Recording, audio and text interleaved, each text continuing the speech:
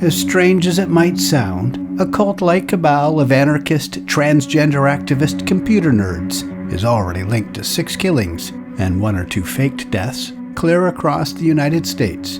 And now these bizarre and deadly circumstances threaten 1 more life, at least. At the start of this year, I told you of a shootout with U.S. Border Patrol agents on a wooded highway in northern Vermont. It left 2 people dead. One was a U.S. agent and the other was a gun-toting suspect. I said then that the strange tale was spiraling in many weird and startling directions, and I promised to fill you in. A significant new development provides the perfect opportunity to be true to my word and to parse through the sordid tale of the Zizians. The mob reporter here with a true crime story that sounds like it's ripped from a dystopian B-movie or the nether regions of conspiracy nutters, because most of the characters in this idiosyncratic crime ring are most improbable. Math and computer whizzes, exceptionally educated, with an overwhelming passion for artificial intelligence, veganism, gender fluidity, fringe philosophy, and allegedly vivid violence. The Zizians look for all the world like a modern-day Manson Family, a contagious doomsday cult that beggars belief and bends the mind. Let me tell you about it. The crisis started when U.S. Border Patrol agents pulled over a blue Toyota Prius on a wooded interstate highway in northern Vermont, about 8 miles south of the Canadian border. Inside the car were this pair. 2 people who had spooked locals by LARPing around rural Vermont, wearing masks and all-black clothing, one with a handgun on her hip. Here they are at a hotel. This odd couple refused to talk to police about what they were up to, and officers put them under periodic surveillance over the next few days. One of the 2 was a German national, so border agents used a possible expired visa as an opportunity to stop and get a better look at what they were up to. 3 border agents stopped a car on Interstate 91, and within minutes the young woman, who had been driving, came out shooting, officials say. The German passenger also reached for a gun. The agents returned fire. The German was shot dead. The driver was shot and injured, but survived. Also killed in the shootout was Border Patrol agent David Chris Maland. Inside the Prius, the FBI found things that only heightened suspicion: a ballistic helmet, night vision goggles, 2 full-face respirators, ammunition, shooting range targets, 2-way radios, and a dozen electronic devices, including cell phones wrapped in tinfoil. Now this happened on January 20th, 2025. That's the same day as the inauguration of Donald Trump as President of the United States. Now that timing was likely a coincidence, but it has since become significant, as we will soon see. We'll come back to the highway shootout and the odd couple in a moment, because that deadly incident was not at all the beginning of the story, and the patrol agent and the passenger were not the first to die. What that gunfight did, though, was demand fierce attention from far and wide, and the scrutiny turned a spotlight on a caravan of weird-ass that had previously simmered in obscurity. The beginning was closer to 2016, and it really started with this person, Jack Lasota. Lasota was a smart computer engineering graduate from Alaska who had interned at NASA and relocated to the San Francisco Bay Area, home to Silicon Valley, the mecca for techies. Lasota was transitioning from male to female and went by a new first name, Ziz. It is from that name and the perception that Ziz was the enigmatic leader that the group was branded Zizians. Ziz, tall and slim with long blonde hair and a hyperactive brain, was gripped by a modern vision of a scientific philosophy known as rationalism that obsesses over artificial intelligence with a gnawing fear that if unfettered, AI will be the end of us all. Rationalism became a Silicon Valley subculture. Rationalist think tanks attracted big-buck tech bros, science and math nerds, technocrats, and Ziz. Ziz became a prolific blogger, bouncing off the usual rationalist thinking and pushing it to extremes with aggressive ends justifies the means rhetoric that attracted a cluster of smart but vulnerable followers. Ziz became a vocal contrarian, a zealot, a radical. Rationalist ideology was pricked and pulled into something more divisive, more individually apocalyptic, but also somehow something more petty. Most Zizians are highly educated with degrees in sciences, mathematics, computing, sometimes in all three. Most are militantly vegan and champion gender fluidity.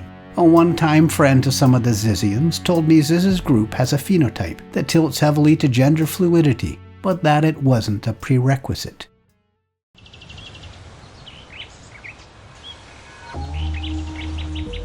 The closer they got to Ziz, the more their bonds to the outside world withered. Ostracized by peers, estranged from their families, living precariously and communally. Ziz's feud with the rationalist establishment included an aggressively theatrical protest in 2019 at a rationalist retreat that took place here at Westminster Woods, nestled in a forest of coastal redwoods in California's Sonoma County. Ziz wasn't welcome there. Zizians arrived anyway and blocked the entrance and exit to the camp, and then prowled the grounds wearing full-length black robes, black gloves, and Guy Fawkes masks. It's as if they were cosplaying V for Vendetta, which you see here, a 2005 movie of outcast anarchist revenge against authoritarianism. I bet you can guess on which side Ziz thought the Zizians were on. A police SWAT team arrested 4 protesters and identified them as Emma Borhanian, Gwen Danielson, Alex Leatham, and Ziz Lesota. We'll hear each of these names again and again in this story. They seem to be the OG Zizians.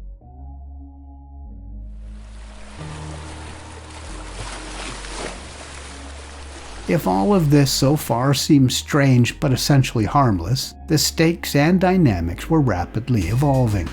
Ziz envisioned living communally with fellow radical rationalists on a fleet of boats, bobbing in the harbor to avoid paying rent. Ziz and Danielson bought a rusting 94-foot tugboat where several of them lived until it proved to be beyond them, and they abandoned ship. Here you see the tug. It's called the Caleb, partially sunk in a California harbor, a mess left for others to clean up. In the summer of 2022, Ziz appeared to have another seafaring calamity. The U.S. Coast Guard was called to a boating accident in San Francisco Bay.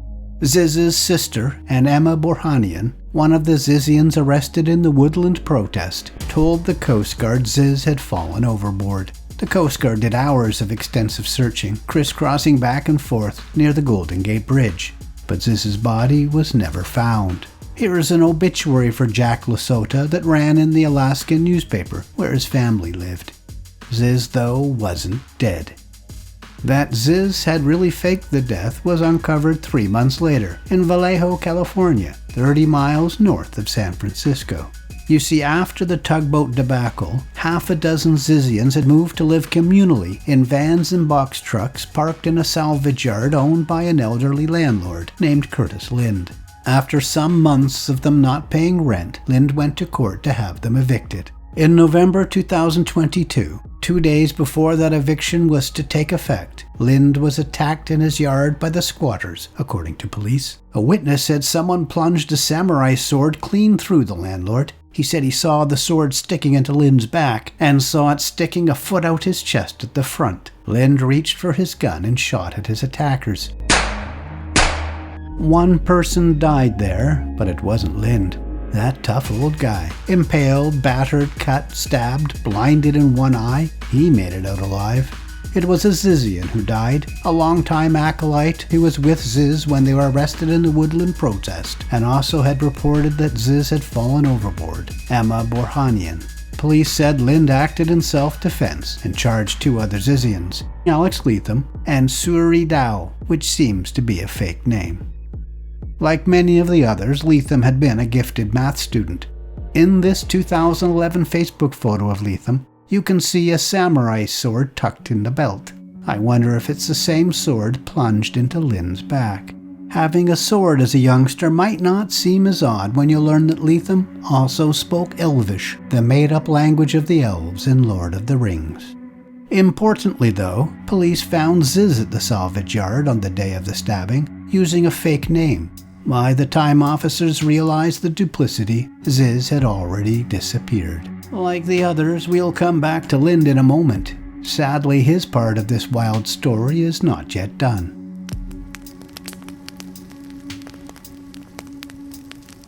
While this is the first known act of overt violence linked to the group, another Zizian strand was about to unfold, 2,800 miles due east.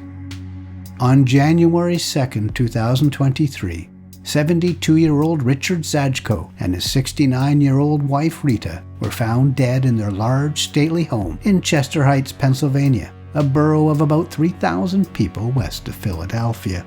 Police were called to their home, still lavishly decorated with Christmas lights, for a welfare check. Investigators found they had both been shot in the head 2 days earlier, on New Year's Eve. The two victims had raised their only child, an adopted daughter named Michelle Zajko, at the house. Michelle Zajko had an undergraduate degree in biology and a master's degree in bioinformatics, and had also interned at NASA. Police went looking for Michelle Zajko because a gun that used the same type of ammunition in the killings was registered to someone under that name. Police found Zajko at this hotel in nearby Chester, staying there with Ziz and another Zizian named Daniel Blank. Now, Blank isn't a pseudonym. He was just born with the perfect last name for this kind of setup. Blank graduated with dual degrees in bioengineering and electrical engineering. His parents recently told the San Francisco Chronicle that Blank is on the autism spectrum and was caught in the clutches of a cult. The police account says Ziz just lay unmoving and unresponsive on the hotel room's floor. Ziz was arrested for obstructing the investigation. There you see troopers having to hold Ziz's head up for a mugshot, as if still playing dead. Eventually released on bail, Ziz disappeared once again. Michelle Zajko has denied involvement in the two murders. Here's the most recent photograph of Zajko. The Pennsylvania murders came back into focus after the highway shootout because Zajko also owned property in Vermont, just 10 miles or so from the scene of the highway stop, and was suspected of providing the guns the pair used in the firefight with border agents. As Zizians fell, new recruits arrived, and in that new wave were the two who were lurking around rural Vermont. This takes us back to the beginning. Felix Bauckholt was a German national and child math prodigy who then graduated from university in Canada with a degree in mathematics. Bauckholt was transitioning from male to female, their friends told me, and was known to them as Ophelia while working as a quantitative trader for a New York company.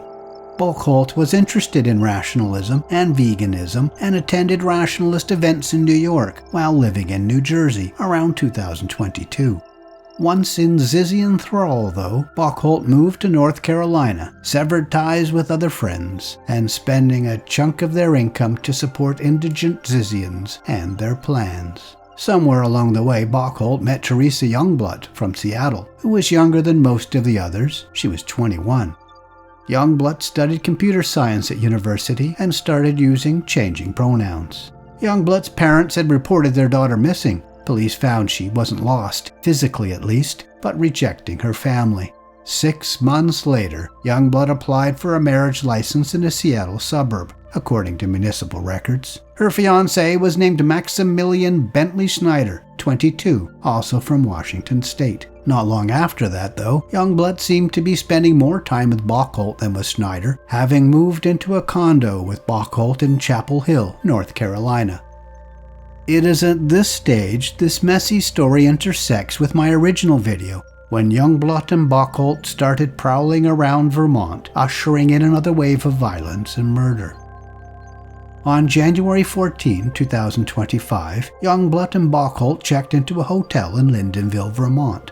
After a call from a concerned clerk and a visit by the police, the couple moved to a hotel down the road. And here is video of Youngblut checking into that hotel given to me by the hotel's manager, and also video of the pair moving about. This video was captured just a couple of days before the highway shooting. Now after the gunfight, with Bauckholt dead and Youngblut under arrest, attention again shifted back to the West Coast. While police in Vermont were watching Youngblut and Bauckholt, about 3,000 miles west, police in California were dealing with another bizarre killing. Back in Vallejo, police had been called to the scene of a stabbing. An elderly man was bleeding on the street near the vacant lot where the Zizians squatters had been evicted 3 years before. The victim, police realized, was Curtis Lind, the one-eyed landlord who survived the Zizian sword attack. This time, he didn't make it. Reports say someone waited to ambush him. The person charged with that murder was someone we've already met, Maximilian Snyder, the young fiancé of Teresa Youngblut. The timing is startling. Lind was about to testify against the two Zizians who had been charged in the first attack on the landlord. Police allege Snyder killed the landlord to prevent him from testifying against the Zizians. Terrific news photographs taken of Snyder at a court appearance, seen here, show someone with the Zizian telltale hair dangling down below his chest. He doesn't seem particularly perturbed by it all. Snyder was also smart and geeky. He had attended Britain's prestigious Oxford University for Computer Science until 2024, and like several other Zizians, interned with NASA. His side hustle was designing Dungeons & Dragons games. Snyder pleaded not guilty to murder in March. With Youngblut's ties to Snyder, and to Zajko, to Ziz, and other Zizians, evidence of a violent cross-country trans-vegan anarchist cabal started making international headlines. Suddenly, Ziz and company went from being on the fringe of the obscure to front and center in international intrigue and outrage. The series of geographically distant events were connecting into an improbable web. It's like an outrageous, crazed conspiracy theory suddenly being revealed to be true. The FBI then started taking it as seriously as the puzzled public. In February, the FBI searched the North Carolina property where Bauckholt had been living. The landlord allegedly said Youngblut and Ziz had been living there too, but Ziz was once again nowhere to be found. But then, not long after, police were again called to a rural area because locals were perturbed by odd people moving around in black flowing clothing, this time in Frostburg, Maryland. When officers arrived, authorities arrested Ziz, Zajko, and Blank. All were charged with trespassing and obstructing an investigation and possession of a firearm in a vehicle, and pleaded not guilty. In June, Ziz had federal gun charges added. Prosecutors alleged Ziz, then considered a fugitive, was in possession of a .50 caliber sniper rifle and several handguns, as well as more than 450 rounds of ammunition. Maybe after the landlord's attack, Zizians realized samurai swords were no match for a gun. While all of these new Zizian arrests and charges were being filed in court, the case against two Zizians for the original 2022 attack on the landlord had still not been heard. In June, Leatham and Dow had been ordered to stand trial for the attempted murder of the landlord and murder for the death of their fellow Zizian. It had been a hard road for the courts to get to that point. Leatham has been uncooperative and belligerent in court, making repeated outbursts, including claims of torture for being transgender. The judge mentioned multiple escape attempts. Dow, who also identifies as being transgender, was quieter but still frustrating for authorities, giving several fake names to police, including Joshua of Nazareth, court heard. Prosecutors say Dow is not their formal name. In August, a new indictment was filed against Youngblut, alleging 4 grand jury charges for the murder of the Border Patrol agent. This is where the fact that the shootout happened on Trump's inauguration day becomes relevant. One of the first executive orders Trump signed was lifting a moratorium on federal executions. Federal prosecutors have now formally announced it is seeking the sentence of death if Youngblut is convicted on an eligible charge. On Friday, September 5, Youngblut appeared in a Vermont court for the first time since learning she faced the death penalty. She came to court with her hair braided in pigtails, while her parents sat and watched from the public gallery. Youngblut pleaded not guilty to all 4 charges.